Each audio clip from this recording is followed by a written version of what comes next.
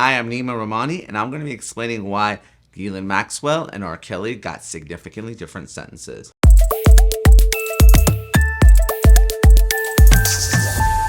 The whole point of the federal sentencing guidelines are to avoid unwarranted sentencing disparities like this. And R.Kelly and Ghislaine Maxwell were convicted of very similar crimes, sex trafficking minors. So why did Ghislaine Maxwell get a sentence of 20 years in federal prison while R.Kelly got a significantly longer sentence of 30 years? A lot of people on YouTube and social media are saying it's because Kelly is a black man and Ghislaine Maxwell is a white woman. Possibly that's the case, but I think that's an oversimplification. And really, you need to step back and look at the sentencing judges in each case. R.Kelly was sentenced by Judge Ann Donnelly, and Ghislaine Maxwell was sentenced by Judge Allison Nathan. They're both federal judges in New York.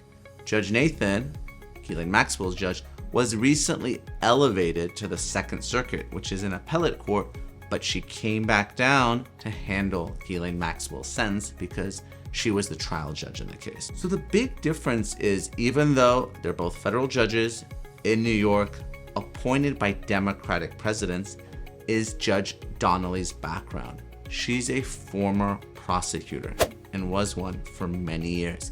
So she has a prosecution background. Judge Nathan, though, was a law professor before she was appointed to the bench. So she doesn't have that reputation for being a very harsh sentencer. So if you look at the government's recommendation in each case, the judges actually deviated from them. The government, in Ghislaine Maxwell's case, wanted a sentence of 30 years in prison. Judge Nathan went down to 20 years. Interestingly, in R.Kelly's case, the government asked for a sentence of 25 years. Judge Donnelly went up. So you could tell that the different judges in the case brought their own experience, and that's one of the reasons why Maxwell got a lesser sentence. She had a softer judge. If you look at the conduct in the case, I believe it's similar. Even though Ghislaine Maxwell was not Jeff Epstein, the one who was actually having sexual contact with these young girls, I think Maxwell is equally responsible. She was the one that approached these young women, girls actually, recruited them and groomed them to be sex objects for Jeff Epstein. I think that is equally as bad as Epstein himself, who participated in the abuse. But some people may disagree, and that may be one of the reasons why the judge in Maxwell's case treated her differently than R.Kelly, who of course actually had intercourse with these young girls and boys. He was found to have abused both. In addition to the different judges, different contact, the third reason why R.Kelly received a longer sentence is some of his other conduct in the case.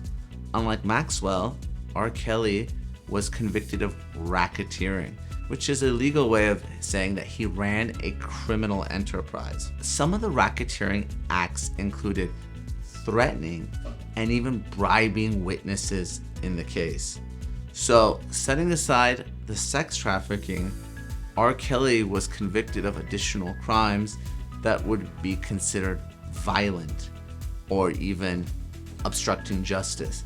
And I think that's one of the reasons why the judge in R.Kelly's case sentenced him to even a higher sentence than Ghislaine Maxwell. I hope this answers your question as to why these two cases with similar conduct in the same city, one day apart, received very different sentences. If you like what you saw, make sure to like, subscribe, and ring the bell to receive notifications.